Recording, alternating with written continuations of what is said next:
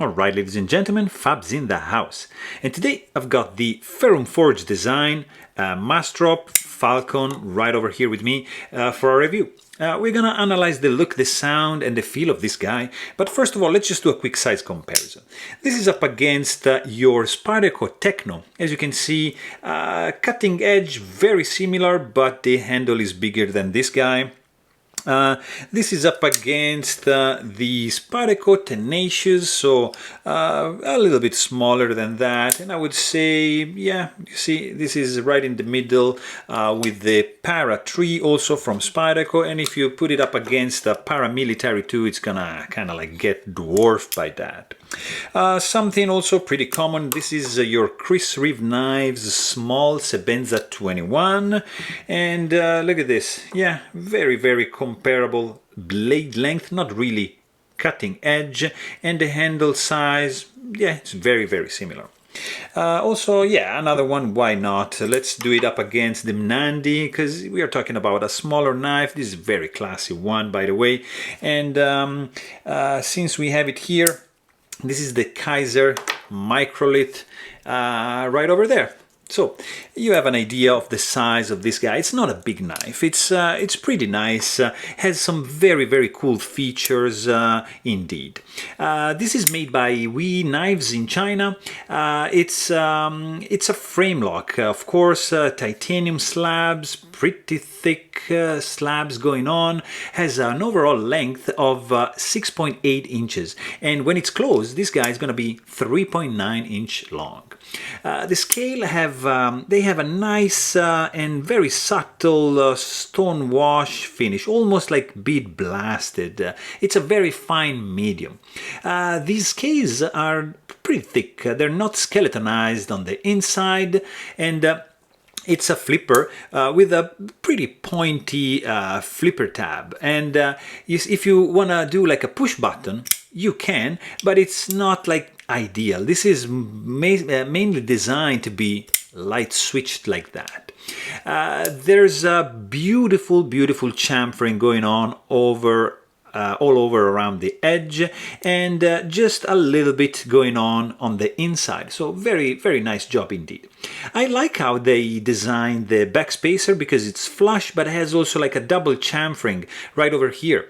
You see like from the inside of the scales, and just a little tad on the outside of the actual backspacer. So I appreciate that.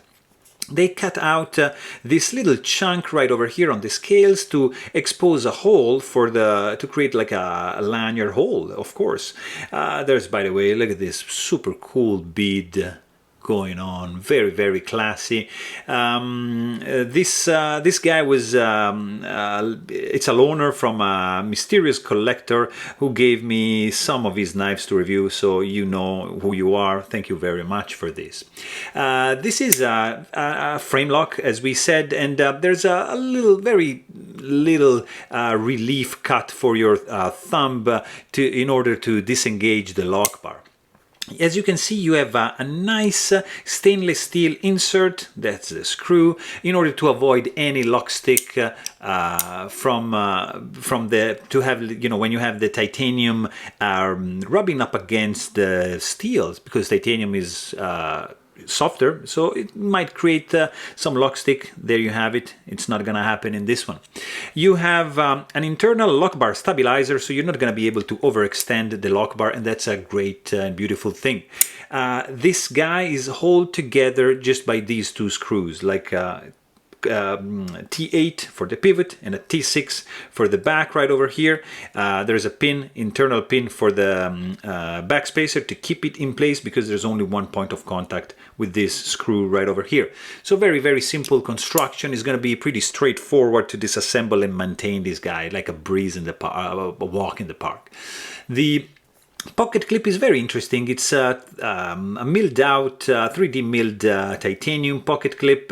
It has a very nice and springy tension, because it's, as you can see, it's very thin right over here, and it's well designed. Has a nice clip ramp right over there, and it's nicely and gently curved on the inside to slide in and out easily on your pocket, but to have the enough retention to stay right right there. You can reverse the clip, and you have to use this hole right over here, and but it's tip up only, and it's not going to be ambidextrous because of the nature of the frame lock, of course. The length of the blade is 2.9 inches. It's a S35 VN steel, so pretty good to go. It has a directional satin finish to it. The stock thickness is relatively thick. For example, if you compare it up against, let's say, a Mnandi, all right, which is a beautiful slicer, and it's in the kind of like the same blade length, and it's kind of like same handle size, but check it out, guys. Very, very different. This guy is pretty thick, but if you compare it, for example, up against the Techno, no, it's thinner, so it's better slicer than the Techno. So what I like about this this guy is the overall ergonomic functionality, because you have this blade which has a very nice and super functional jimping. I appreciate that. It has a nice swedge going on here, like this divot for like your thumb to be just like placed in this way. And look at this, using the finger choil, you're going to be able to do an extremely precise carving and very precise cutting work with this shape overall. You have all belly up to the huge finger choil, which is beautifully chamfered. It's also like a sharpening and finger choil. Of course, flipper tab is a little bit pointy, nice jimping going on. And guys, this handle is designed like beautifully. It is just feels like just perfect in the hand. It's just great. It's I don't know, the ergonomics on this one are fantastic. You see right over here you have a nice plunge grind, which is delicately like arching and curving and sweeping up, like up to the swedge, intersecting the swedge in this point, and boom, dropping like to the point right over there. So beautiful, beautiful design overall. It's strange, but it has an acquired taste, but I like it. It's very, very functional. Also, the billboarding is only on this side, and you have Massdrop. It's like slightly engraved. You have S35VN and the serial number going on right over here.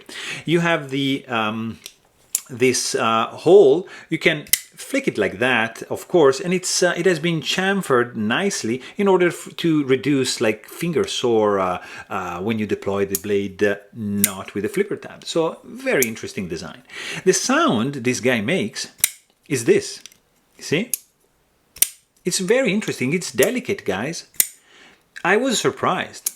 It's a small knife, of course, and it's unobtrusive. There's a internal stop pin right over here. I don't know if you can see it, right over there.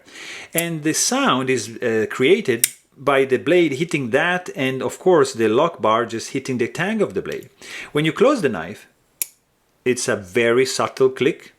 Very, very elegant, I have to say. And when you open it, it's not loud, so it's unobtrusive and it's discreet.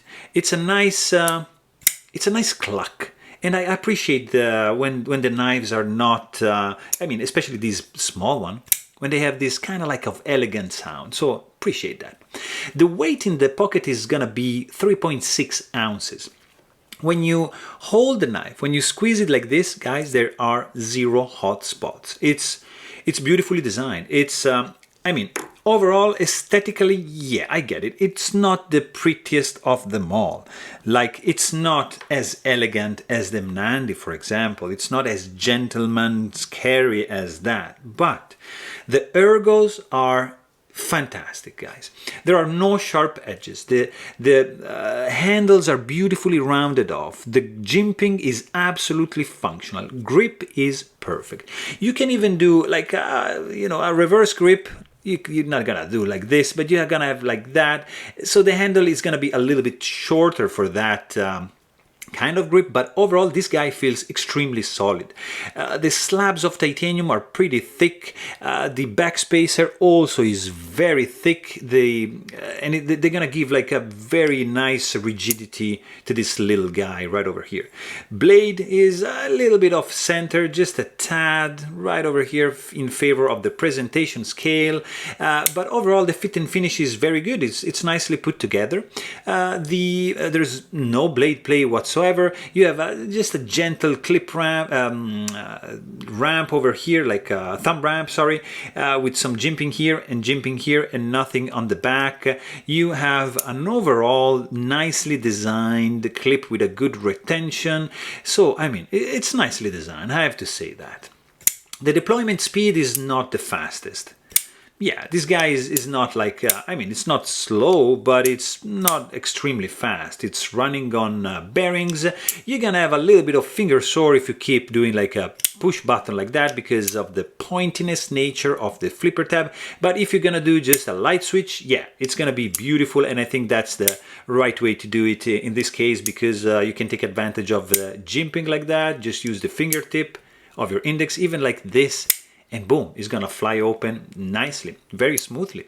The detent strength on this one, it's medium. It's not strong, it's not light, it's good to go. You cannot touch the tip of the blade. It's nicely designed, it's safe right over here. Overall, if you shake it, nothing is rattling. It's well put together, I have to say.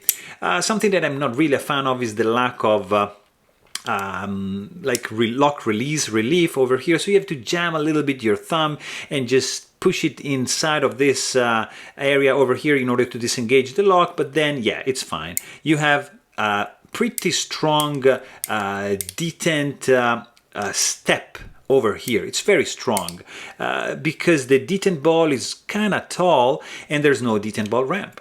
So as you disengage the lock bar, the blade just falls, but you don't really have any guillotine effect. First of all, because you have this huge detent ball ramp, which is gonna prevent the blade to fall past this. So you have to push it all the way, and then you have the pretty long flipper tab, which is gonna meet your thumb, and you don't have any guillotine effect on this one. But overall, the action is pretty good. The design, it has an acquired taste because of the shape with which they designed this overall knife. The sound is very discreet and the ergos are absolutely fantastic. So there you have it. Hope you guys enjoyed this video. Thanks for watching and stay tuned.